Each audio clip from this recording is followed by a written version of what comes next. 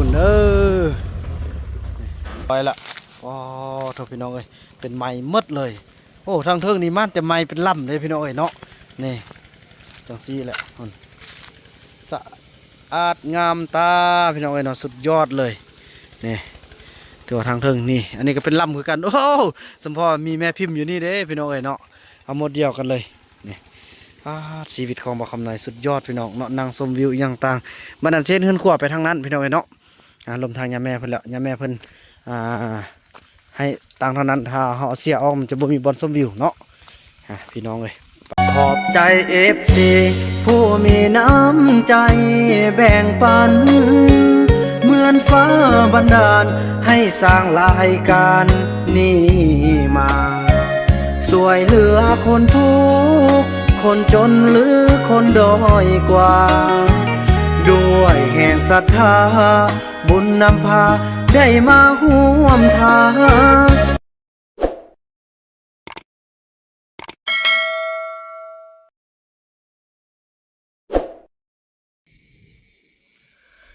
สบายดีธรรมสมเนาะสบายดีFCของบ่าวบุญนำกันเบิดสู่คู่สู่คนพี่น้องบ่ว่าสิอยู่ภายในหรือว่าอยู่ต่างประเทศกันเนาะก็ยินดีต้อนรับทุกท่านเข้าสู่รายการของบ่าวบุญนำพี่น้องเอ้ยสว่าคลิปนี้ก็เป็นคลิปหนึ่งที่มีความหมายความสำคัญหลายแล้วก็จะเป็นประวัติศาสตร์เลยแหละพี่น้องเอ้ยเนาะเพราะว่าบ่าวบุญนำก็ดีอกดีใจที่ได้รับเป็นการเป็นสะพานบุญพี่น้องเอ้ยเนาะ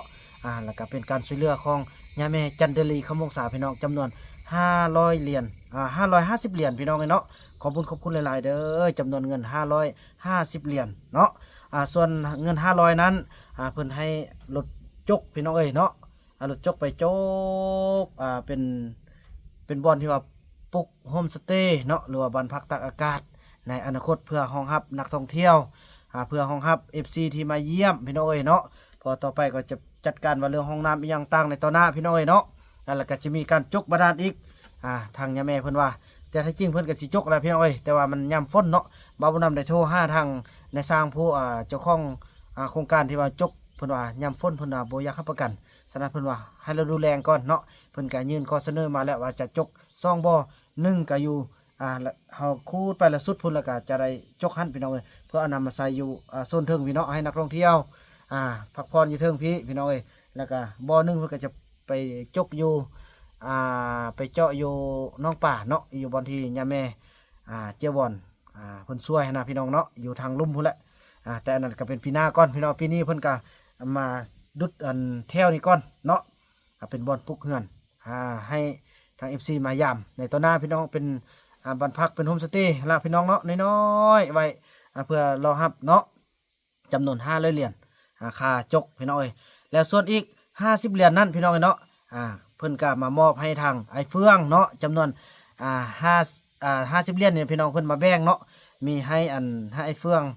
ที่ว่าเป็นตัวอย่างที่ออกงานที่ดีเนาะจำนวน30 เหรียญเนาะแล้วก็10 เหรียญแม่นมอบให้เบาไล่เนาะแล้วก็10 เหรียญแม่นบริหารแบ่งปันเบาคูณเบานุ่นแล้วก็เบาคำน้อยพี่น้องเนาะนี่ตามที่เพิ่นเขียนมานี่พี่น้องเนาะนี่นี่พี่น้องเนาะเพิ่นว่ามีรายการจำนวน500 เหรียญนี่เป็นการดุดดินเนาะเป็นค่าใช้จ่ายในการดุดดิน30 เหรียญนั้นแม่นมอบให้ผลงานของไอ้เฟืองเนาะเป็นตัวอย่าง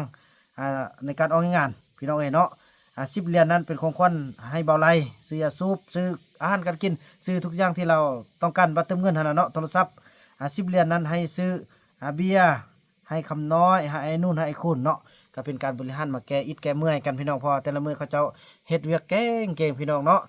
พี่น้องเอ้ยบ่าวบุญนำขอต่างหน้าพี่น้องพระตองเรื่องเนาะและก็ทางครอบครัวของลูกบุญนำขอบอกขอบใจขอบบุญขอบคุณนำทางย่าแม่จันดาลีคำวงศาหลายๆเด้อที่ได้ส่งเงินมาจำนวน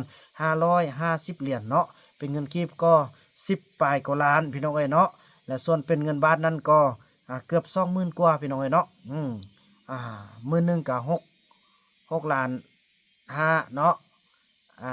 20,000กับ22เกือบพี่น้อยเนาะ19,000 ไปกว่าบาทเนาะ19,000 ไปกว่าบาทพี่น้อยเกือบฮอด20,000เนาะขอบคุณนำย่าแม่หลายๆขอให้ย่าแม่อยู่ดีมีแรงเด้อสุขภาพเข้มแข็งอย่าเจ็บอย่าจนอย่าอึดอย่ายากอย่าขาดอย่าเคิน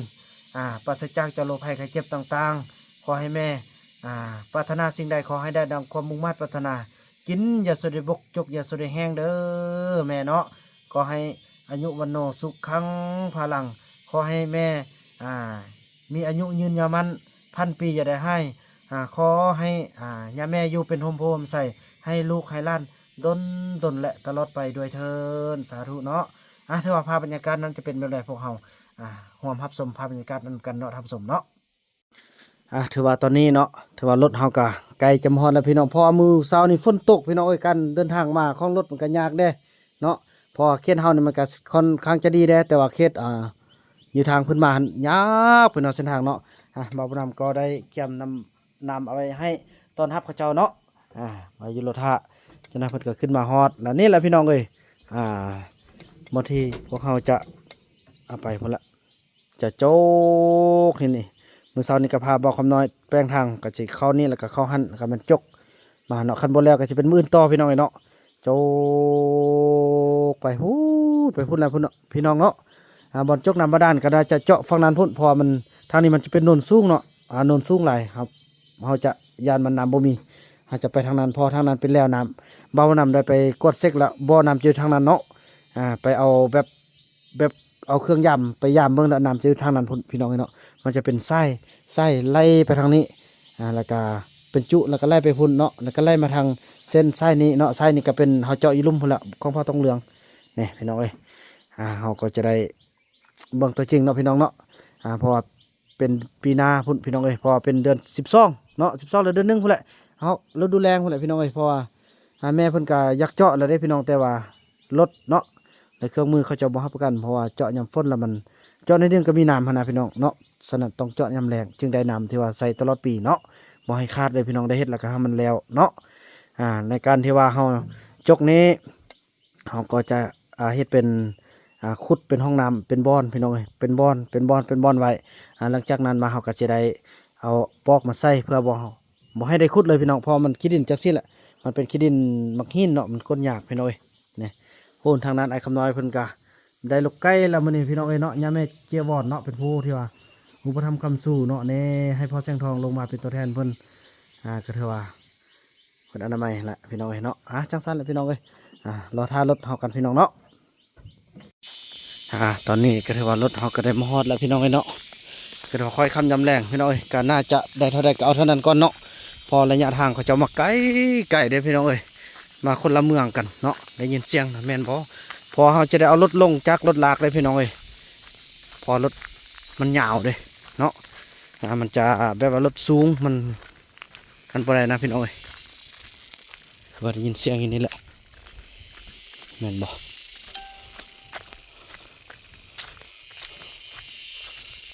คือได้ยินเสียงรถมานี่แหละน่าจะแม่นไก่มอดแล้วพี่น้องเนาะ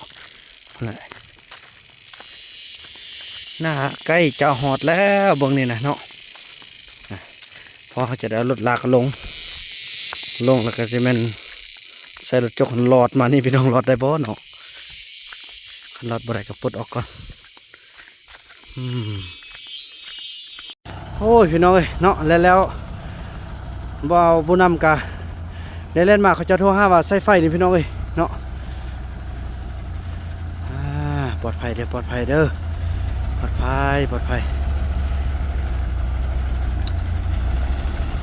ส่งใส่หุบส่งให้แม่จันทรีเขาเบิ่งก่อน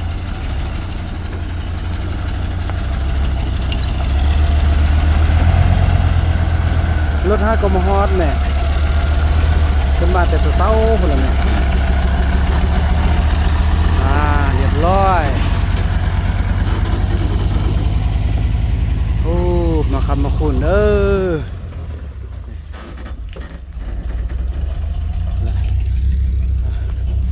ปั้นอันนี้เลยก็ดีเนี่ยเนาะแบบนี้ก็สูงดีก็เนาะปั้นอันนี้เลยเป็นแหละพี่น้องเอ้ยใส่ไฟเขาจะบอกซ่ากันไปมานี่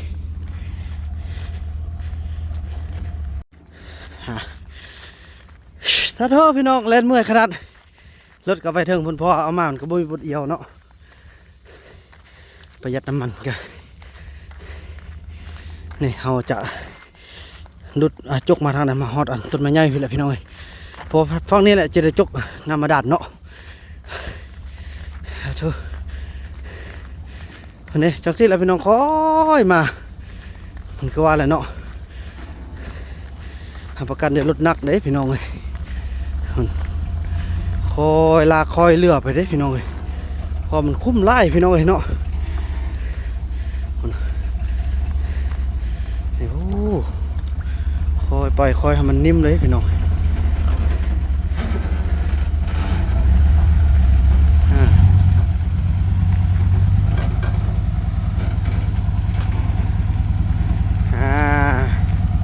เอาลงนี่พี่น้องเอ้ยรถจกกระหัวไปได้เนาะแต่รถเยอะนี่คันบ่ได้เขาจะเอารถเยอะไปไว้อยู่ทางลุ่มหุ้นพี่น้องเอ้ยเนาะ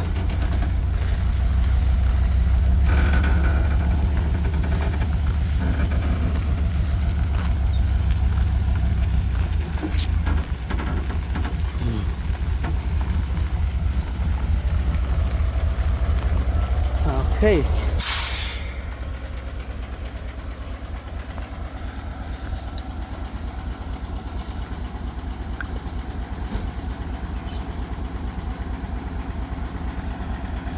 อันนี้แหละพี่น้องเนาะเสียดายลงกันมาเนี่ยลงแล้วก็รอดนี่โอ้เสียดายบ่นี่คันบ่ได้ก็สิแม่นมาแกะเนาะเฮาแกะออกเอาเนาะแกะออกเอาเนาะไอ้แล้วรถเนี่ยนี่เฮาไปไว้อยู่เดินลุ่มพุ่นเอาเนาะอันเดินลุ่มแล้วอันนี้ไว้ถึงเอา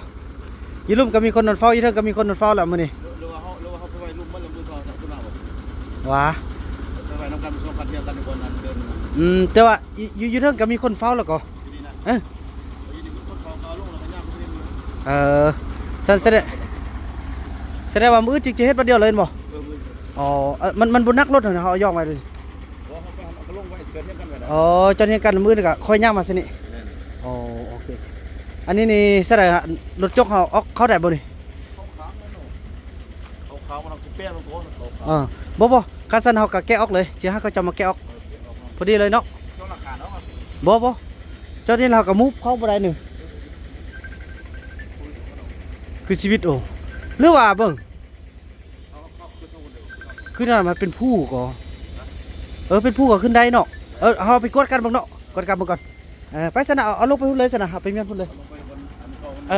เราโค้งขึ้นนั่นเอาเนาะพอดีมีอันนั้นมีคลองใส่ไก่จะให้จกน้องคลองใส่ไก่ก่อนมื้อนี้ก็ได้ก็กันเป็นน้องอันเป็นคลองไปนะคลองยาวๆนะเป็นคลองใส่ไก่นะเราจะนำเท่าไรกับบวกเพิ่มตึมไปร่วมกันพุ่นเนาะพี่น้อยเดี๋ยว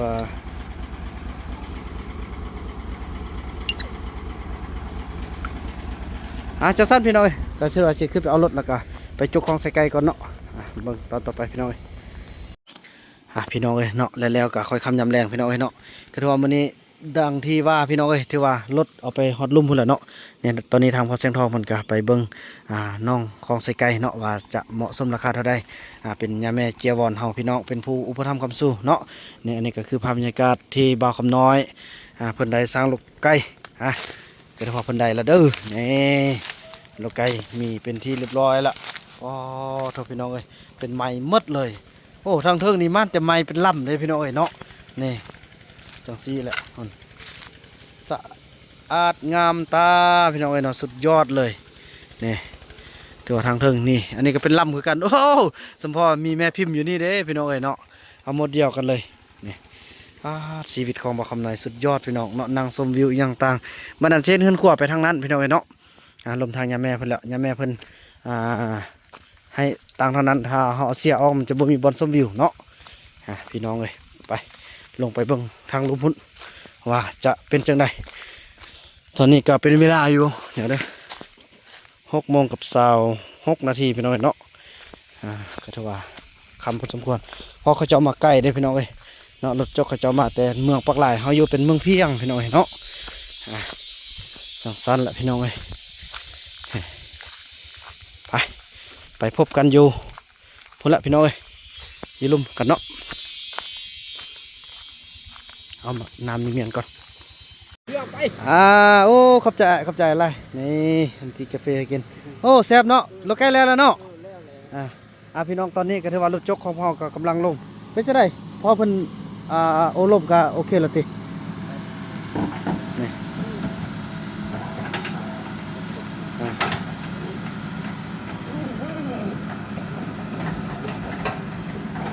จับหัวน้องหน่อยนึงก่อนมันยังฮ้อนยังวาดครับจะ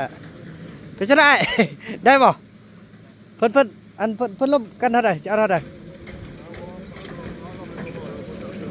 อ๋อว่าเบิ่งเนาะเพราะว่าเบิ่งสมมุติว่าพี่น้องโอ้ถือว่ามื้อนี้บ่ได้จบเทื่อเนาะมีสภาพกันกดเบิ่งกดเบิ่งแล้วก็จะได้โอ้ลมเพิ่นก่อนพี่น้องเอ้ยเพราะว่าเพิ่นว่า5ล้านเนาะพี่น้องเนาะของใส่ไก่แต่ก็สิงบประมาณน่าจะบ่พอเพราะยามแม่เจบอนเพิ่นว่าช่วยได้เพียงประมาณ3ล้านพี่น้องเอ้ยเนาะ3ล้านก็ถึกอยู่100ปลายกว่าเหรียญแล้วพี่น้องเอ้ยเนาะเกือบฮอด3ล้านก็แม่นแหละประมาณ150-60เหรียญก็ค่อยว่ากันเบิ่งเนาะพี่น้องเนาะ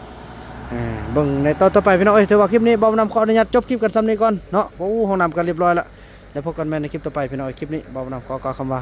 สบายดี